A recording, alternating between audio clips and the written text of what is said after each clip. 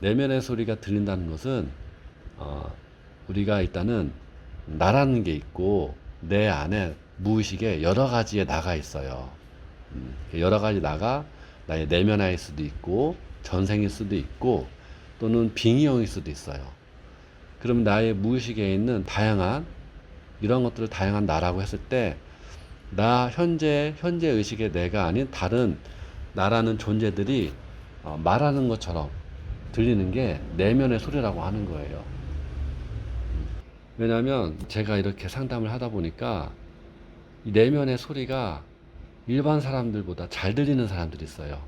잘 들린다는 의미가 어떠냐면 예를 들어서 우리가 어떤 사람이 싫으면 저 사람이 너무 믿고 싫다, 더 이상 보고 싶지 않다, 이렇게 생각과 감정이 올라오잖아요, 보통.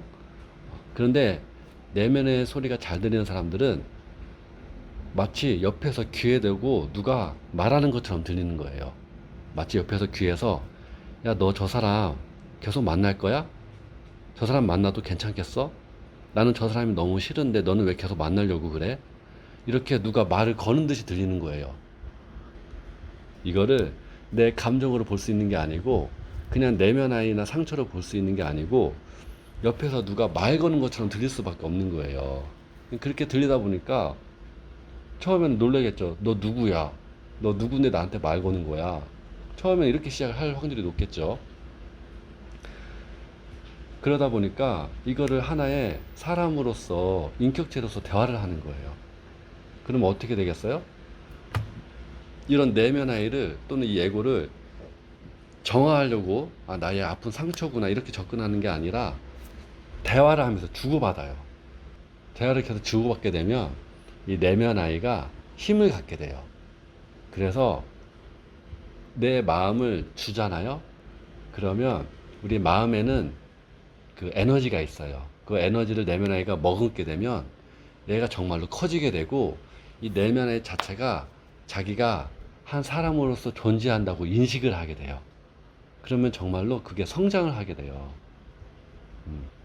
그게 간단하게 예를 들면 우리가 버려진 물건 주지 말라고 하잖아요. 조심해야 한다고. 그게 왜 그러냐면 그 물건을 아끼던 사람이 정말로 살면서 소중하게 쓰던 물건이면 그 물건에 그 사람의 마음이 깃들게 돼요. 음. 그 물건이 마음이 생성이 돼서 에너지를 줬기 때문에 생성이 돼버려서 정말로 그 물건에 마음이 깃들게 돼요. 그럼 내면 아이도 치유를 안 하고 계속 마음을 주니까 얘가 힘이 생겨가지고 처음에 단순하게 넌 저 사람이 밉지 않아? 이렇게 주고받았던 게 내면 아이들이 말을 더 잘하게 돼요. 그러면 나는 쟤가 싫어. 나는 다른 사람하고 놀 거야. 어, 나는 더 훌륭한 사람이 돼서 저런 사람들을 다 눌러버리고 이겨낼 거야. 라면서 다양한 말들을 더 하게 되고 그 말의 내용이 가짓수가 더 많아지게 돼요. 그럼 얘네들 그게 그만큼 힘이 세졌다는 거예요. 그래서 인간처럼 인격체가 됐다는 거예요. 이때 잘 배워야 되는 거예요. 이거를 내 안에 있는 내면 아이의 소리구나, 에고의 소리구나라고 인식을 해서 정화를 하고 이게 치유 쪽으로 나아가면 괜찮아요. 근데 이 내면의 소리를 신이라는 존재로 인식을 하거나 또는 어떤 분은 나의 조상님이 와서 도와준다고 생각하시는 분도 계시고 어느 분 천사가 와서 도와준다고 생각하는 분도 계세요.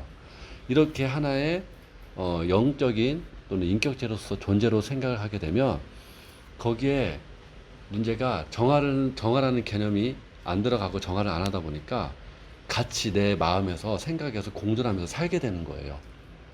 그러면서 더 커지게 되죠. 그러면서 더 커지게 되니까 나중에 내가 얘 위에 있는 게 아니라 이 내 대상이 이 내면 애들이 나보다 더 커지게 돼서 끌려다니게 되는 거예요. 그럼 이러면 이거는 어떻게 다루냐 하면 무서워할 필요는 없고 얘네들도 다 나의 생각과 마음으로 존재를 하게 돼요. 보통 내 말을 믿고 따라라. 내 말을 믿고 따르면 모든 걸 다 이룰 수 있다. 이런 거는 어떻게 마음으로 적용이 되냐면 나는 대단하고 뛰어나다. 나는 다른 사람들보다 뛰어나고 대단하고 모든 걸 다 할 수 있다. 무조건 내가 옳다. 이렇게 마음으로 돼 있어요. 보통 어, 이 겉으로 보면 어떤 자신감이나 어, 좀 내가 잘났다라는 마음으로 적용이 될 수가 있어요. 그래서 이런 말들을 따라해 보면서 나한테 있는지 체크해 보면 돼요. 따라해 보면서 나는 남들보다 잘났다. 나는 남들보다 뛰어나고 내가 더 많이 안다. 그래서 어, 어, 남들보다 내 말이 더 옳다. 평소에 이런 생각이나 이런 마음을 가지고 사람을 대하는지 봐보세요. 만약 그게 있다면 그 애고가 있는 거예요. 이게 이제는 내면의 소리가 들리는 사람들은 아까처럼 나를 믿고 따라야 너의 모든 걸 다 이뤄줄 수 있고 소원을 들어준다라고 들리는 것이고, 일반 사람들은 이렇게 나의 마음으로 살펴볼 수가 있는 거죠. 그래서 이런 내면의 소리를 어떻게 다루면 되느냐 얘기를 하자면, 우선은 내면의 소리 들리는 게 잘못된 게 아니고 이상한 게 아니니까 나를 알아가는 하나의 큰 훌륭한 도구가 될 수가 있어요. 그러면 얘를 잘 써야 되거든요. 그럼 잘 쓰는 방법을 알려드릴게요. 내면의 소리가 들리면, 예를 들어서 나는 저 사람이 믿고 싫어, 이렇게 말이 들려오면 그 내 마음한테 계속 묻지는 말고, 우선 내면의 소리가 들리는 거는 모두 다 정화를 해야 된다, 치유를 해야 된다라는 생각을 가지세요. 우리는 최종 목표는, 우리 마음은 현재 평온하고 즐겁게 사는 게 목표인 거예요. 그렇기 때문에 이런 내면 소리들은 보통 내 안에 있는 다양한 나와 현재 내가 합일되지 않았다는 뜻이에요.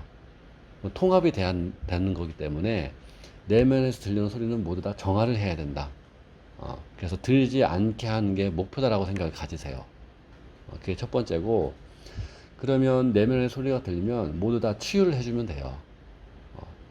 아까처럼 나는 저 친구가 너무 믿고 싫어, 더 이상 만나고 싶지 않아 라는 내면의 소리가 들리면, 아, 내가 저 사람을 믿고 싫어하는 내면 아이가 있구나, 그런 무의식의 마음이 있구나 라고 인식을 하고, 그 싫고 미워하는 그 감정들을, 마음들을 따뜻하게 녹여주면 돼요.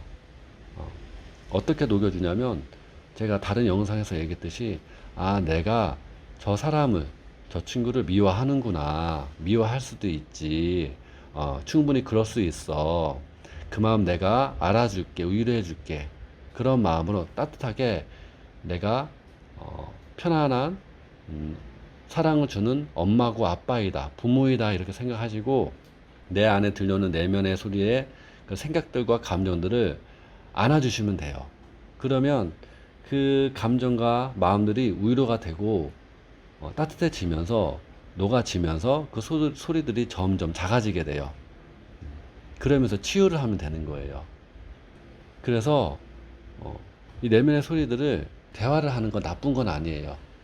하지만 절대 그 존재를 숭상하거나 절대적인 무슨 엄청난 존재라고, 천사나 수호천사라고 끌려다니거나 이런 것만 안 하시면 돼요.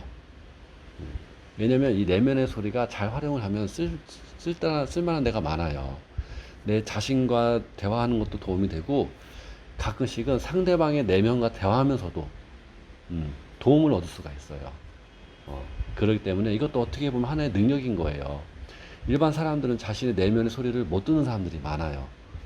그 말은 어떤 말이냐면, 내가 공부를 하는데 내가 공부하는 게 힘들고 지친지, 하기 싫은지, 이런 거를 잘 못 느끼고 무작정 공부만 열심히 하거나 너무 열심히 인생만 사는 사람들도 많거든요. 그런 사람들이 나중에 번아웃이 오는 거예요. 자기의 마음의 소리를 못 들으니까 지금 이게 힘든지 고통스러운 줄 모르고 그걸 무시하고 하다 보니까 나중에 크게 지치는 게 번아웃이거든요.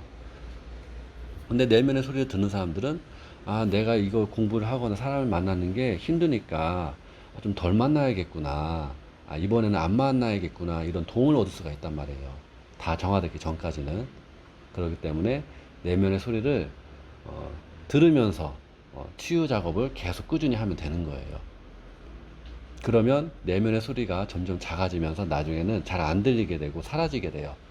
그러면 그 의미는 이게 어디 사라진 게 아니라 깨끗하게 치유가 돼서 내 영혼과 내 마음과 온전히 합일이 됐다라고 이해하시면 됩니다. 내면의 소리가 계속 듣고 싶으신 분들은 일단 무의식이 방대하기 때문에 내면의 소리는 많이 꾸준히 들릴 수 있어요. 그 시간이 오래될 수가 있어요. 근데 중요한 건 이거죠. 내면의 소리를 왜 듣고 싶냐가 중요한 거야. 내면의 소리를 들어서 무엇을 하고 싶냐 이거죠. 만약에 외로워서 내면의 소리를 듣고 싶다. 그러면 사실은 외로움을 정화를 하셔야 돼요. 그것도 어떻게 보면 그 내면의 소리에 끌려다니고 있는 거예요. 외로움을 내면의 소리로 채우려고 하는 거예요. 그러면 말하는 그 존재나 내면한테 의지하는 거게 되죠. 마음 공부할 때 조심해야 될 게 현실이 힘들어서 현실에 벗어나고 싶어서 또는 현실이 힘드니까 이런 영성 공부에 의지를 하게 되거나 이런 부분들을 조심해야 돼요.